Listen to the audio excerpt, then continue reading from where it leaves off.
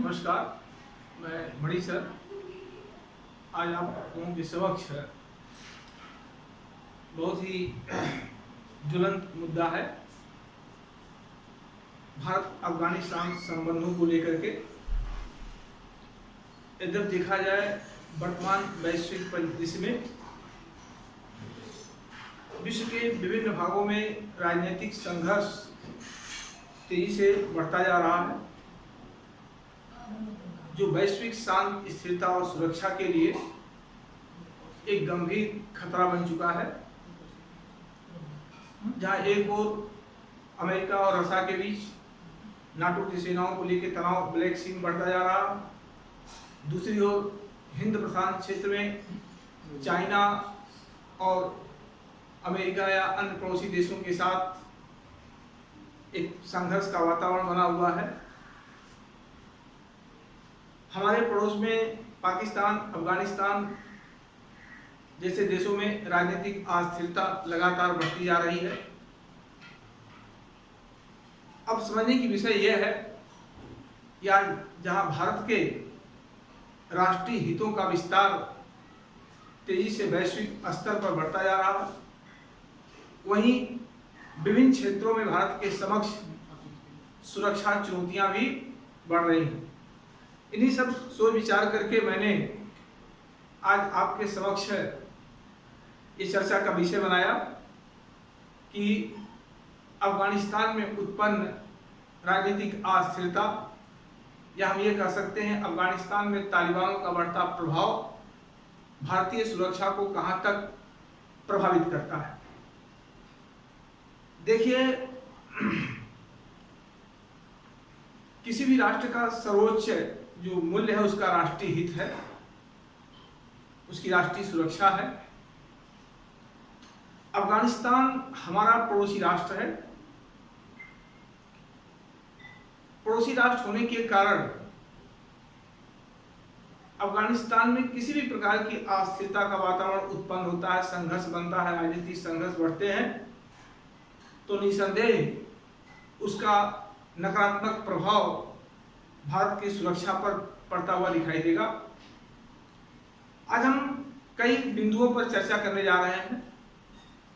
पहला तो हम ये चर्चा करेंगे कि अफगानिस्तान की भू राजनीतिक स्थिति क्या है, जियोपॉलिटिक्स। अफगानिस्तान क्यों शुरू से ही एक चर्चा का विषय रहा कि एक छोटा सा देश लेकिन वैश्विक राजनीति में आकर्षण का केंद्र रहा है, इस विषय पर चर्चा करना है। दूसरा चर्चा हमें करना है कि भारत और अफगानिस्तान के क्या रिलेशन रहे हैं स्वतंत्रता के पश्चात से लेकर के अब तक। तीसरी चर्चा यह करना है कि अफगानिस्तान में भारत के हित किस तरह से हैं, जुड़े हुए हैं, और उन हितों पर सुरक्षा चुनौतियां क्या दिखाई दे रही हैं।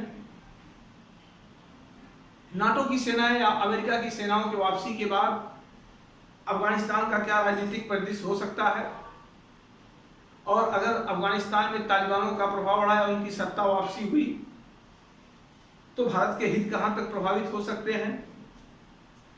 और इस समय जो वर्तमान में अफगानिस्तान के हालात हैं, जो दिनों दिन बिगड़ते जा रहे हैं, इस हालात को देखते हुए भारत को क्या नीति अपनानी चाहिए, किस प्रकार का उपाय अपनानी चाहिए जिससे भारत अफगानिस्तान में अपने हितों की सुरक्षा कर सके। देखिए, पहली बात तो हम चर्चा करते हैं। अफगानिस्तान एक छोटा सा देश है, लगभग 2 करोड़ की आबादी है। दूरंत रेखा से यह पाकिस्तान से अलग होता है। स्वतंत्रता के पूर्व इस भारत की सीमाएं अफगानिस्तान से पूरी तरह से लगती थी। देश डिवाइड हुआ तो पाकिस्तान की सीमा बन गई। अफगानिस्तान एक लैंड लॉकेड कंट्री है, अर्थात इस चारों तरह से स्थल से अवरुद्ध है, एशिया के सेंटर में है। तो लैंड लॉकेड कंट्री होने के कारण एक तरफ इसकी सीमाएं मध्य एशिया अर्थात पूर्व सोवियत संघ से लगती है, पूरब में थोड़ा चीन से लगता है, इसकी सीमा पाकिस्तान से लगती है, कहने के लिए भारत से भी 80 किलोमीटर सीमा अफगानिस्तान की लगती है, ईरान से इसकी सीमा लगती है। तो इसकी सीमाएं जो है मध्य एशिया, चीन, ईरान, पाकिस्तान जैसे राष्ट्रों से लगा होने के कारण, लैंड लॉकेट स्थिति होने के कारण अफगानिस्तान भू राजनीतिक दृष्टिकोण से सबसे प्रमुख देशों में से एक है। भू राजनीति का मतलब क्या होता है? जियोपॉलिटिक्स। जब कोई राष्ट्र अपने भौगोलिक परिस्थितियों के आधार पर किसी अन्य राष्ट्रों के कार्यों व्यवहारों को अपने हितों के अनुकूल आकर्षित करने का क्षमता रखता हो, कैपेबिलिटी रखता हो, वह देश भू राजनीतिक दृष्टिकोण से महत्वपूर्ण माना जाता है। आप देखे होंगे कि शीत युद्ध काल में अमेरिका चाहता था कि हम अफगानिस्तान में अपने प्रभाव का विस्तार कर लें, जिससे हमारी मजबूत पोजीशन रहे और हम सोवियत के साम्यवाद के प्रसार को आगे बढ़ने से रोक सके। सोवियत संघ की सीमाएं अफगानिस्तान से लगती थी। सोवियत संघ ये चाहता था कि अफगानिस्तान हमारे प्रभाव क्षेत्र में रहे, जिससे हम पूर्वी एशिया, दक्षिण एशिया में अमेरिकी प्रभाव को रोकने में सफल रहे। तो कहीं न कहीं अफगानिस्तान शीत युद्ध काल के दौरान से ही महाशक्तियों के प्रभाव क्षेत्र में, महाशक्तियों के आकर्षण का केंद्र रहा है। अफगानिस्तान के संदर्भ में, अगर भारत के संदर्भ में अफगानिस्तान को देखा जाए तो किसी भी अन्य राष्ट्र की अपेक्षा अफगानिस्तान भारत के हितों को सबसे अधिक प्रभावित करता रहा है। और आज के डेट में अगर जिस तरह से भारत का मध्य एशिया से लेकर रूस से लेकर के पूर्वी एशिया, पूर्वी यूरोप से लेकर के पश्चिमी एशिया में भारत का जिस तरह से हितों का विस्तार हो रहा है, चीन का उभार एशिया में बढ़ता जा रहा है, ऐसे में भारत का अफगानिस्तान में एक महत्वपूर्ण भूमिका आवश्यक है। क्योंकि देखिए, हम जानते हैं कि किसी भी राष्ट्र का सर्वोच्च हित होता है उसका राष्ट्रीय हित, और अफगानिस्तान से हमारा मार्मिक हित जुड़ा हुआ है। वो मार्मिक हित क्या है? आर्थिक, राजनीतिक और सामरिक। आज के डेट में ये तीनों हित ये मिलकर के हमारे नेशनल पावर को विकसित करते हैं। अफगानिस्तान से हमारे ये तीनों हित जुड़े हुए हैं। भारत इसकी अनदेखी नहीं कर सकता, और अनदेखी करता है तो उसे उसकी कीमत चुकानी पड़ सकती है। भारत एक लोकतांत्रिक देश है, लोकतांत्रिक मूल्यों में आस्था रखने वाला देश है, विकासपरक नीतियों पर चलने वाला देश है, और इसी लोकतांत्रिक मूल्यों, धर्मनिरपेक्ष स्वरूप, विकासपरक नीतियों के आधार पर अफगानिस्तान के साथ भी भारत ने अपने संबंधों को सदैव महत्व दिया है। अफगानिस्तान की शांति, स्थिरता और विकास में भारत की भूमिकाएं सदैव महत्वपूर्ण रही है। 1947 से लेकर के 1947 से लेकर के और 1995 तक भारत अफगानिस्तान के संबंध सामान्य रहे या मैत्रीपूर्ण कहे जा सकते हैं। भारत ने अपने आर्थिक सामाजिक विकास के साथ साथ अफगानिस्तान की शांति, स्थिरता, विकास के लिए यथासंभव मदद करता रहा है। चाहे वो अफगानिस्तान में मेडिकल कॉलेज की स्थापना हो, इंदिरा गांधी मेडिकल कॉलेज, चाहे अफगानिस्तान के संसद भवन का निर्माण करना हो, चाहे अफगानिस्तान के कृषि, शिक्षा, स्वास्थ्य, पेयजल, एनर्जी, बहुत सारे क्षेत्रों में उसके आधारभूत संरचना के विकास करने में भारत ने अपनी भूमिकाओं को निर्वहन किया। लेकिन दुर्भाग्य से 1996 में जब डॉक्टर अब्दुल नजीर की सत्ता को मुल्ला उमर के नेतृत्व में तालिबानों के द्वारा अपदस्थ कर दिया गया, तो 1996 से लेकर और 2001 तक भारत अफगानिस्तान के संबंध अच्छे नहीं रहे, क्योंकि मुल्ला उमर के नेतृत्व में तालिबानों की जो सत्ता आई वो शुद्ध रूप से धार्मिक कट्टरता पर आधारित थी, और भारत धार्मिक कट्टरता को स्वीकार करने वाला देश नहीं रहा है। एकदम उसमें हमारी कुछ नीतियां भी बहुत सही नहीं कही जा सकती हैं। कारण यह है कि हमें अपने राष्ट्रीय हितों पर ध्यान देना चाहिए। अगला राष्ट्र किस नीति पर चलता है उसका विषय है, लेकिन उसके साथ हमारा हित कहाँ तक जुड़ा हुआ है ये मेरा प्रथम विषय होना चाहिए। तो तालिबानों की सत्ता के बाद भारत का 1996 से 2001 के बीच किसी भी प्रकार का कोई राजनीतिक विचार विमर्श नहीं हो सका, और उसका खामियाजा हमें भुगतना भी पड़ा। कंधार विमान अपहरण कांड के दौरान भारत का कोई भी प्रतिनिधि अफगानिस्तान में नहीं मौजूद था, जिससे हम तालिबानों से वार्ता करके और अपने विमान को सकुशल वापसी बुला सके। खैर थोड़ी बहुत प्रयास किया गया, कुछ सफलता मिली, कुछ असफलता कही जा सकती, क्योंकि हमें आतंकवादियों को छोड़ना पड़ा। लेकिन जब अमेरिका में 2011 सितंबर 2011 में अमेरिका में जब आतंकी हमला हुआ, तो उस हमले के बाद अमेरिका ने जिस तरह से ऑपरेशन एंड्रू फ्रीडम के माध्यम से अफगानिस्तान में हवाई हमला करके मुल्ला उमर के नेतृत्व की सरकार को अपदस्थ कर दिया, तो अफगानिस्तान में तालिबानों का पतन हुआ और भारत एक बार पुनः 2002 से अफगानिस्तान के शांति, स्थिरता और विकास में अपने महत्वपूर्ण भूमिकाओं का निर्वहन करता रहा।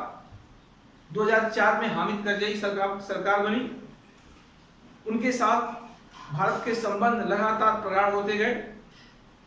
इन्हीं संबंधों को आगे बढ़ाने के लिए भारत ने अफगानिस्तान के आधारभूत संरचना के विकास के लिए कई बड़े प्रोजेक्ट विकसित किए, चाहे दलेराम से जरांज तक सड़क मार्ग का निर्माण हो, चाहे वह अफगानिस्तान के ग्रामीण विकास का क्षेत्र हो, अफगानिस्तान के स्वास्थ्य शिक्षा का क्षेत्र हो, अफगानिस्तान की सेना को आधुनिकीकरण करने में भारत का योगदान हो, वहां के सैनिकों का प्रशिक्षण हो, भारत में लाकर के प्रशिक्षित किया जाए। तो भारत की भूमिकाएं विकास पर काफी महत्वपूर्ण रही और इसका प्रभाव था कि पाकिस्तान के तमाम प्रयासों के बावजूद भारत अफगानिस्तान में अपनी जड़ें लगातार मजबूत करता रहा। और यही कारण है कि पाकिस्तान भारत के अफगानिस्तान के इस स्थिति को स्वीकार नहीं कर पा रहा था। पाकिस्तान के सह पर भारत में काबुल दूतावास पर, अफगानिस्तान के काबुल दूतावास पर और अन्य जगहों पर बड़े बड़े आतंकी हमले हुए, जिसमें कई भारतीय मारे भी गए।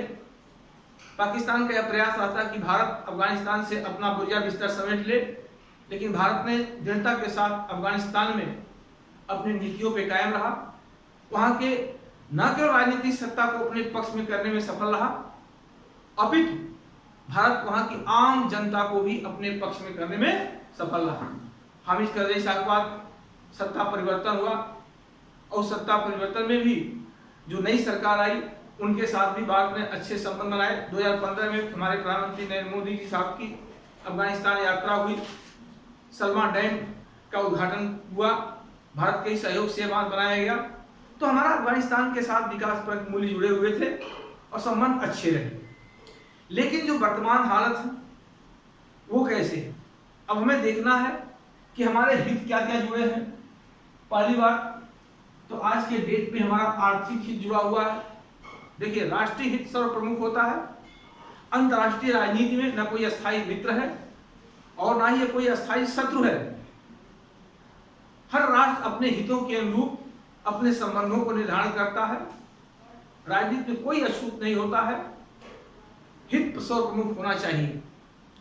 अगर हम हितों को अनदेखी करके और आदर्शवाद के रास्ते पे चलते हैं तो हमारा राष्ट्रीय हित कमजोर होगा, नेशनल पावर कमजोर होगा, और नेशनल पावर कमजोर होता है तो हमारी नेशनल सिक्योरिटी भी प्रभावित हो सकती है। तो आज का जो डेट है कि आज हमारे सामने अफगानिस्तान में चुनौतियां बढ़ती जा रही हैं। एक तरफ चीन, हमारा पारंपरिक चीन पाकिस्तान पारंपरिक शत्रु राष्ट्र है। ये कदाप नहीं चाहते कि भारत अफगानिस्तान में एक प्रभावी भूमिका में रहे। ये भारत को आश्रित करने के लगातार डायरेक्ट इनडायरेक्ट रूप में अपना प्रयास जारी रखे हुए हैं। और हमें देखना कि अफगानिस्तान में हमारे हित कैसे जुड़े हैं और कैसे उसकी सुरक्षा की जाए। तो आर्थिक हित है, क्योंकि आज भारत का एक व्यापार, आप ये मानिए कि हमारा जो चहबार है, यहाँ से लेके भारत अफगानिस्तान मध्य एशिया और रूस तक एक कॉरिडोर विकसित कर रहा है। तो अगर भारत को मध्य एशिया के साथ, पश्चिम एशियाई देशों के साथ, रूस के साथ ऊर्जा व्यापार या अन्य क्षेत्रों के व्यापार को मजबूती से आगे बढ़ाना है, तो भारत को अफगानिस्तान में अपनी एक महत्वपूर्ण भूमिका निभानी ही होगी।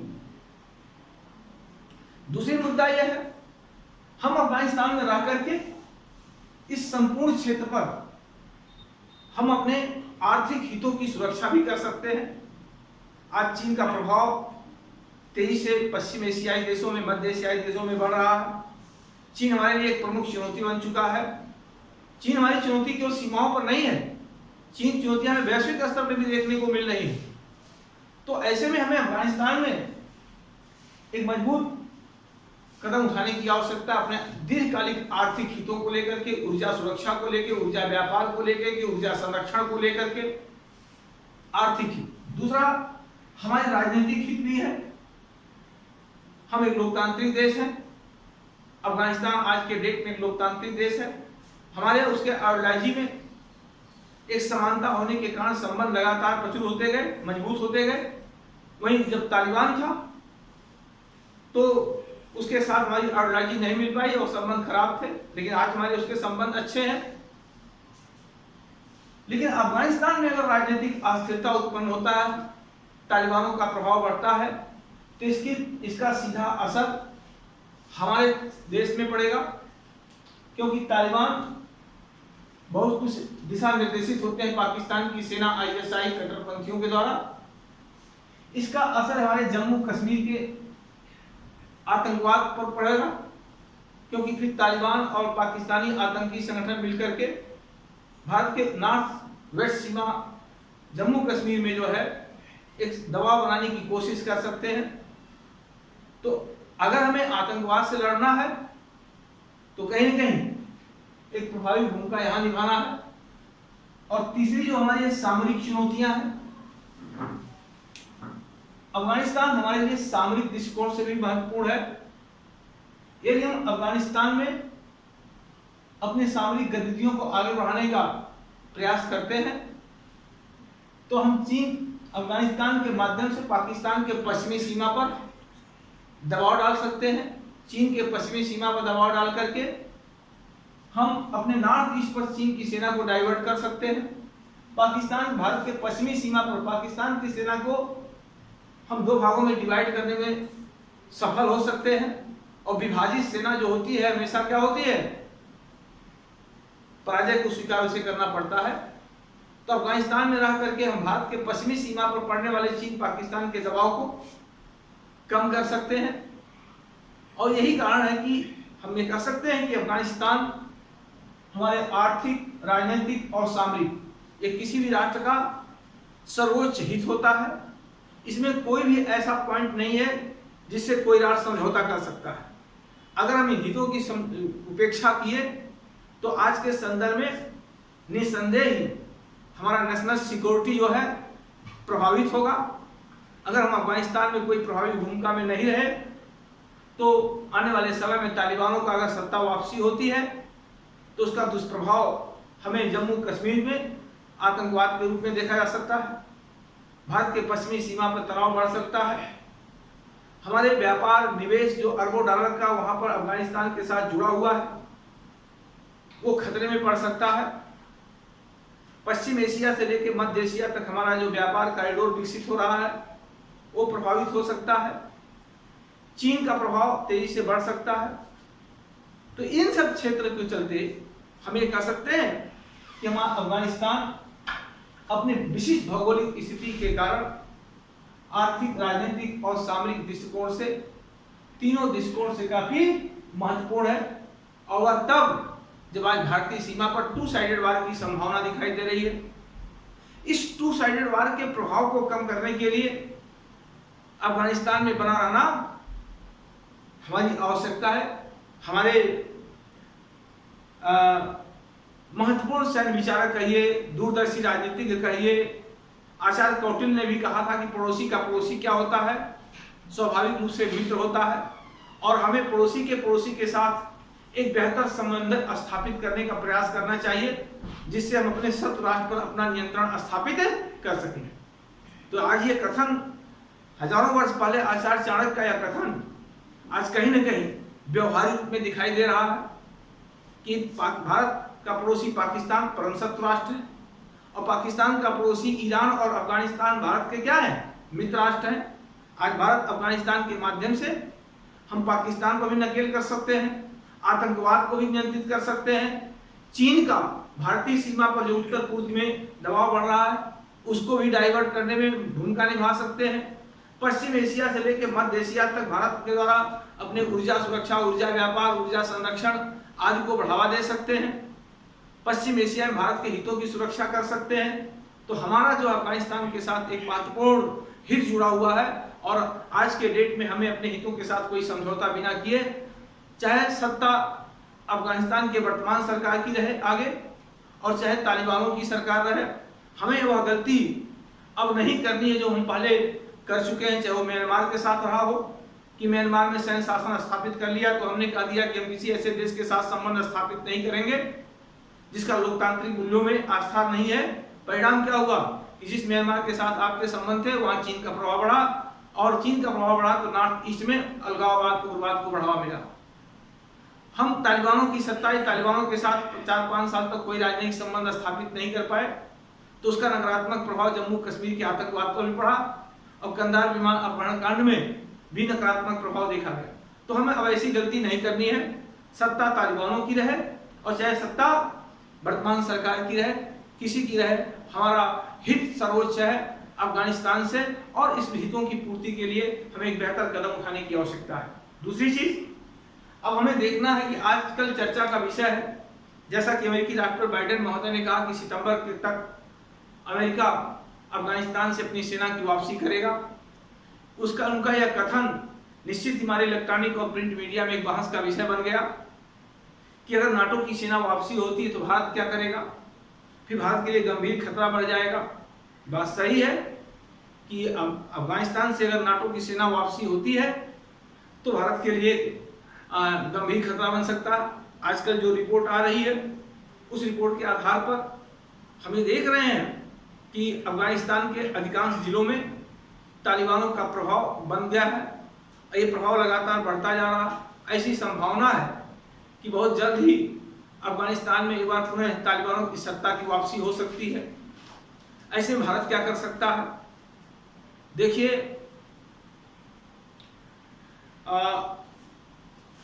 बहुत से विचारक अपने अपने अलग अलग राय व्यक्त करते हैं, लेकिन हमारा जो राय है वो यही है कि नाटो के वापसी के बाद अगर भारत दृढ़तापूर्वक दूरदर्शी नीतियों का पालन करे तो उसके बाद भी भारत अफगानिस्तान में पहले जैसा अपने हितों का विस्तार कर सकता है और अपने हितों की सुरक्षा कर सकता है। उसका कारण क्या है?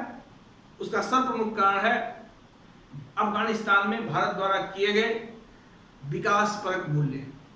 क्योंकि आज भारत अपने विकासपरक मूल्यों के कारण अफगानिस्तान की जनता का समर्थन अपने पक्ष में किए हुए, और जिस देश का जनता का समर्थन मिलता है फिर शत्रु वहां पर कुछ कर नहीं सकता है। तो जन समर्थन हमारे पक्ष में है।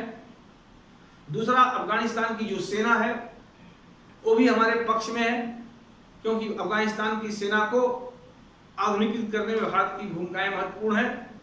वहां के सैन्य कर्मचारियों, अधिकारियों को भारत द्वारा प्रशिक्षण दिया जाता है, छोटे मोटे हथियार भी मुहैया किया जाते हैं। तो सेना भी हमारे साथ है, जनता भी हमारे साथ है और साथ साथ वहां की राजनीतिक सत्ता भी है जो है वो आज हमारे साथ है। तो वहां की राजनीतिक सत्ता हमारे साथ है, सेना हमारे साथ है, वहां की आम जनता हमारे साथ है। आज अफगानिस्तान की 80% जनसंख्या वो हमारे पक्ष में है। कुछ जो है वो पाकिस्तान का समर्थन करते हैं, क्योंकि अफगानिस्तान कई गुटों में डिवाइड है। उज्बेक में भी है, हजारा के रूप में भी है, बलूच के भी है, पख्तून भी है। तो पख्तून जो है वो पाकिस्तान का समर्थन करते हैं, बाकी हजारा, उज्बेक, बलूच ये सब भारत का समर्थन करते हुए दिखाई देते हैं। तो जन समर्थन हमारे पक्ष में है, राजनीतिक समर्थन हमारे पक्ष में है, अफगानिस्तान की सेना का पक्ष है। ये पक्ष को लेकर के और विश्व के प्रमुख राष्ट्रों के, विशेषकर अमेरिका, रसा जैसे देशों को अपने विश्वास में लेकर के हम अफगानिस्तान में नाटो के वापसी के बाद भी एक प्रभावी भूमिका निभा सकते हैं। अब यहां देखना है हमें क्या करना चाहिए। देखिए, दो विकल्प है, हमें दोनों विकल्प पर विचार करने की आवश्यकता है और दोनों विकल्प थोड़ा कठिन है। पहला विकल्प तो मैं अपनी सुझाव दे सकता हूं कि हमें अफगानिस्तान की सेना को बिना किसी लांग लपेट के बिना किसी अंतर्राष्ट्रीय परिदृश्य को देखे हमें अफगानिस्तान की सेना को अधिक से अधिक मजबूत बनाने का प्रयास करना चाहिए। जितने भी सक्षम हथियार हैं उसे मुहैया कराया जाए, चाहे वो लैंड पावर का हो, चाहे सी पावर, चाहे ओशियन लैंड पावर हो, चाहे एयर पावर हो। अफगानिस्तान की सेना को इतना मजबूत का आधार किया जाए कि अफगानिस्तान की सेना अपने देश में शांति स्थिरता कायम हो सके। वहां के सैनिकों को प्रशिक्षण देना, वहां की सेना को आधुनिक हथियार उपलब्ध कराना, उनको राजनीतिक सपोर्ट करना, जिससे वो तालिबानों से लड़ाई लड़ करके अफगानिस्तान में तालिबानों को सत्ता से दूर कर सके। एक तो विकल्प ये है। इस विकल्प में आप थोड़ा सा परहेज करते हो, क्योंकि हम जब कुछ करते हैं तो हमें लोग क्या कहेंगे, यही दिक्कत हमारे साथ है कि अगर भारत अफगानिस्तान में सैन्य सहयोग को बढ़ावा देता है तो एक गलत संकेत जाएगा कि भारत शस्त्र प्रसार को बढ़ावा दे रहा। इसका विरोध चीन पाकिस्तान करेंगे। पाकिस्तान पहले से तालिबानों को हथियार उपलब्ध कराता रहा, और हम अगर पाकिस्तान की आर्मी को हथियार उपलब्ध कराते हैं तो पाकिस्तान और चीन दिन रात उससे बढ़ करके वो तालिबानों को मदद दे सकते हैं। तो इससे एक लंबा संघर्ष अफगानिस्तान में बनने की संभावना दिखाई दे रही है। लेकिन हमारे पास विकल्प दो ही हैं। पहला तो यह है कि हम अफगानिस्तान में अपनी सैन्य शक्ति को विस्तार करें, आवश्यकता पड़े तो जिस तरह से श्रीलंका की संप्रभुता की रक्षा के लिए हमें शांत सेना भेजनी पड़ी, हम अफगानिस्तान में भेज सकते हैं। मैं एक चीज यहां भी कह सकता हूं, जब हमने श्रीलंका का नाम लिया तो इस पर जरूर टिप्पणी आ सकती है कि श्रीलंका में तो है अपमानित होकर के आना पड़ा। उसका श्रीलंका की स्थिति और अफगानिस्तान की स्थिति काफी भिन्न है, क्योंकि श्रीलंका में हमारे साथ धोखा हुआ, क्योंकि जे.आर. जयवर्धन और राजीव गांधी के बीच जो समझौता हुआ था, उस समझौते में यह था कि भारत की शांत सेना अगर पहुंचेगी तो श्रीलंका की सेना सहयोग करेगी, राजनीतिक सत्ता सहयोग करेगी, आम जनता सहयोग करेगी। लेकिन भारतीय सेना का पहुंचते ही श्रीलंका की राजनीतिक सत्ता विरोध करना शुरू कर दी, श्रीलंका की सेना सहयोग नहीं करना समझी। तो कहीं न कहीं जब वहां जिस देश में शांति स्थापित करने जा रहे हैं और उस देश का ही अगर हमें मदद नहीं मिलेगा तो निश्चित ही हमें उसका नकारात्मक परिणाम भी देखने को मिलेगा। लेकिन अगर आज के दिन में हम अफगानिस्तान को देखें तो ऐसा नहीं है। हम अगर भारतीय सेना अफगानिस्तान में प्रवेश करती है अफगानिस्तान की शांति स्थिरता और विकास के लिए, सुरक्षा को सुनिश्चित करने के लिए, तो अफगानिस्तान की जनता का समर्थन मिलेगा, क्योंकि अफगानिस्तान की जनता यह जानती है कि अफगानिस्तान को बर्बाद करने में पाकिस्तान की भूमिका सर्वप्रमुख है। अब उसे कोई झुटला नहीं, धर्म के आधार पर आप उसे बहुत समय तक अपने फेवर में नहीं कर सकते। जनता ये अच्छी तरह से जानती है कि अफगानिस्तान को बर्बाद करने में, अफगानिस्तान की राजनीतिक सत्ता भी ये जानती है कि अफगानिस्तान को बर्बाद करने में पाकिस्तान की भूमिका है। तो अगर भारतीय सेना पहुंचती है तो पाकिस्तान को भारत के विरुद्ध अफगानिस्तान की राजनीतिक और जन समर्थन ये भारत के विरुद्ध पाकिस्तान को नहीं प्राप्त हो सकता। वो जन समर्थन विकासपरक मूल्यों के आधार पर भारत को ही प्राप्त होगा। और जिस देश का जन समर्थन, क्योंकि कार्डविच कहता है कि अगर हमें जन समर्थन प्राप्त हो जाए तो युद्ध जीतना आसान हो जाता है, तो हम जन समर्थन पक्ष अपने विकासपरक मूल्यों के आधार पर हम अफगानिस्तान से प्राप्त कर सकते हैं। वहाँ की राजनीतिक सत्ता हमारे साथ हो सकती है और सेना भी, नो डाउट कि अफगानिस्तान की सेना भारतीय सेना के साथ कदम से कदम मिला करके एक बेहतर समन्वय स्थापित करके अफगानिस्तान में शांति स्थापित कर सकती है। अब आप कह सकते हो कि नाटो की सेना जब नहीं कुछ कर पाई, अफगानिस्तान में तालिबानों को नियंत्रित नहीं कर पाई, तो भारतीय सेना कैसे कर सकती है? नाटो की सेना बहुत ही मैकेनाइज्ड है, आधुनिक यंत्रीकृत है। देखिए, नाटो की सेना नहीं कर पाई, उसके पीछे और भी कारण है। नाटो की सेना इसलिए नहीं कर पाई क्योंकि नाटो ने अफगानिस्तान में शांति स्थिरता लाने का प्रयास नहीं किया। उन्होंने केवल हवाई हमले के द्वारा उन्होंने तालिबानों पर, निर्दोष नागरिकों पर इतने कहर बरपाए कि एक आतंकी को मारने के लिए 9 से 10 निर्दोष अफगान नागरिक मारे गए। तो अफगान नागरिकों पर बमबार्डमेंट करेंगे तो जन समर्थन आपको प्राप्त नहीं हो सकता। नाटो की सेना को अफगानिस्तान में कभी जन समर्थन नहीं प्राप्त हुआ, इसलिए उसे कई समस्याओं का सामना करना पड़ा और हमें वह जन समर्थन प्राप्त होता हुआ दिखाई दे रहा है। तो जन समर्थन भी हमारे पक्ष में है, सैन्य समर्थन भी हमारे पक्ष में, राजनीतिक समर्थन पक्ष में है। ऐसे में अफगानिस्तान में आवश्यकता पड़ने पर हम सेना भेजते हैं तो एक मजबूत स्थिति होगी। भले ही नाटो की सेना वहां से वापसी जा रही है बिना किसी अच्छे परिणाम के, लेकिन हम अच्छे परिणाम ला सकते हैं और हमारा परिणाम हो सकता है अफगानिस्तान की शांति, स्थिरता, सुरक्षा और विकास। दूसरा विकल्प यह भी है कि अगर हम इस विकल्प पर नहीं काम करते हैं तो दूसरा विकल्प हमारे साथ यह है कि हमें तालिबानों के साथ भी अपने अच्छे संबंध बनाना चाहिए। वो तालिबान अफगानिस्तान में किस प्रकार के कानून व्यवस्था लाना चाहते हैं वो उनका विषय, उनका घरेलू मामला है, उसमें हम हस्तक्षेप नहीं करते। वो शरीयत को लागू करें, हमें कोई दिक्कत नहीं। लेकिन अगर तालिबान हमारे साथ अच्छे संबंध रखना चाहते हैं तो मुझे अछूत मान करके उनसे दूर रहने की आवश्यकता नहीं है, क्योंकि समय और परिस्थितियां हमारे लिए अनुकूल होनी चाहिए। तालिबान से अगर भविष्य में तालिबान की सरकार आती है तो भारत को गलती नहीं करनी चाहिए जो पहले हम किए थे। हमें उसके साथ अपने राजनयिक संबंध मजबूत बनाना चाहिए, जिससे हम निकट भविष्य में अफगानिस्तान में उत्पन्न होने चुनौतियों का सामना कर सके। तो मेरा यही मानना है कि अफगानिस्तान में जो हमारा दूसरा विकल्प है वो भी बेहतर है। तालिबान के साथ भी हमें वार्ता बनाना चाहिए। कुछ मीडिया रिपोर्ट भी कहती है कि भारत गुपचुप तरीके से तालिबानों से भी वार्ता कर रही है। तालिबानों का नजरिया भारत के प्रति कभी बहुत ज्यादा नकारात्मक नहीं कहा जा सकता है। पाकिस्तान बहुत प्रयास किया कि तालिबानों का सपोर्ट हमें कश्मीर में आतंकवाद को मिले, लेकिन जो चाह पाकिस्तान की थी वह चाह तालिबानों के माध्यम से कश्मीर के मुद्दे पर कभी मिलता हुआ दिखाई नहीं दिया। तालिबान भी अच्छी तरह जानते हैं कि पाकिस्तान बहुत ज्यादा कुछ है।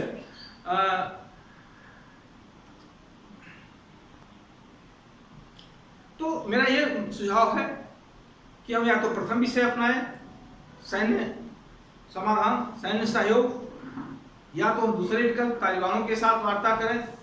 क्योंकि हम यदि तालिबानों की वापसी होती है अफगानिस्तान में तो उदासीन रह करके हम वर्तमान या आने वाले चुनौतियों का सामना नहीं कर सकते। हमारा राष्ट्रीय हित प्रभावित हो सकता है।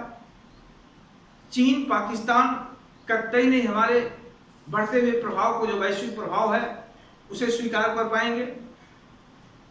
इस चीन हम पाकिस्तान सदैव यह प्रयास में रहेंगे कि भारत अफगानिस्तान से अपना गोलियां बिस्तर समेट ले। अगर चीन अफगानिस्तान में तालिबानों की वापसी होती है तो यह खतरा हमारे लिए बहुत गंभीर है, क्योंकि चीन, पाकिस्तान तालिबानों के माध्यम से भारत को कमजोर करने का निरंतर प्रयास करेंगे। तो ऐसे में हमें तालिबानों के साथ कूटनीतिक स्तर पर, राजनीतिक स्तर पर एक बेहतर समन्वय स्थापित करके अपने सर्वोच्च हितों की सुरक्षा करनी चाहिए। और वह हित है क्या? आर्थिक, राजनीतिक और सामरिक। यही हित हमारे नेशनल पावर को बढ़ावा देता है और यही नेशनल पावर हमारे नेशनल सिक्योरिटी को मजबूत करता है। समझ गए? तो आज के इस परिप्रेक्ष्य में हमें यही चर्चा करनी थी। ये जो विषय बिंदु है काफी महत्वपूर्ण है। संघ लोक सेवा आयोग में, उत्तर प्रदेश लोक सेवा आयोग के मुख्य परीक्षा में कई बार ऐसे प्रश्न आ चुके हैं। भविष्य में संभावना है। और संघ और IAS PCS की बात से क्यों है, हमें एक सामान्य नागरिक होने के रूप में भी अफगानिस्तान के राजनीतिक परिदृश्य पर एक अध्ययन होनी चाहिए, क्योंकि आज भारत पहले का भारत नहीं है। आज भारत का विस्तार वैश्विक स्तर पर तेजी से बढ़ रहा है। वैश्विक स्तर पर बढ़ रहा है, चुनौतियां भी बढ़ रही हैं। हमारी चुनौतियां हिंद प्रशांत क्षेत्र में भी है, सागरीय क्षेत्र में, तो दूसरी चुनौतियां हमारे स्थलीय भाग में भी दिखाई दे रहा। हमारे सीमा पर 2 साइडेड वार की संभावना दिखाई दे रही है। इस 2 साइडेड वार को कंट्रोल करने के लिए भारत को अफगानिस्तान में बना रहना या मजबूती से आगे बढ़ना भारत के हितों के लिए अनुकूल होगा। अगर हम ऐसा करने में असफल हैं तो निसंदेह ही हमारी सुरक्षा समस्याएं बढ़ सकती हैं। कश्मीर में आतंकवाद को बढ़ावा मिल सकता है। हम 2 साइडेड वार के प्रभाव को कम करने में असफल हो सकते हैं। हम अपने आर्थिक हितों के साथ समझौता करना पड़ सकता है। हमारे सामने ऊर्जा सुरक्षा चुनौतियां भी बढ़ सकती हैं। आज के समय में ऊर्जा सुरक्षा भी हमारे राष्ट्रीय सुरक्षा का महत्वपूर्ण विषय बन चुका है, क्योंकि ऊर्जा व्यापार तो ही कर रहे हैं, लेकिन हमारे सामने ऊर्जा सुरक्षा चुनौतियां भी हैं। तो अफगानिस्तान का महत्वपूर्ण भौगोलिक स्थिति जो भू राजनीतिक दृष्टिकोण से अत्यंत महत्वपूर्ण है। आज के डेट में किसी भी वैश्विक राष्ट्र के संदर्भ में देखा जाए तो अफगानिस्तान भारत के हितों को सबसे अधिक प्रभावित करने वाला राष्ट्र है। ऐसे में भारत को एक दूरदर्शी नीति अपना करके अफगानिस्तान में किसी की भी सत्ता रहे, लेकिन भारत का हित मजबूत होना चाहिए। तो आज का जो हमारा चर्चा रहा वो यही है, भारत के अफगानिस्तान में उत्पन्न राजनीतिक अस्थिरता भारत की सुरक्षा पर क्या प्रभाव पड़ सकता है और भारत को क्या प्रयास करना चाहिए। यदि हमारा वीडियो आपको अच्छा लगे तो सब्सक्राइब जरूर कर लीजिएगा, हम जिससे आपको अगले वीडियो आपको लगातार राष्ट्रीय अंतर्राष्ट्रीय इशू पर देते रहें। और अगला वीडियो हमारा फिर किसी एक अंतर्राष्ट्रीय विषय के ज्वलंत मुद्दों पर होगा।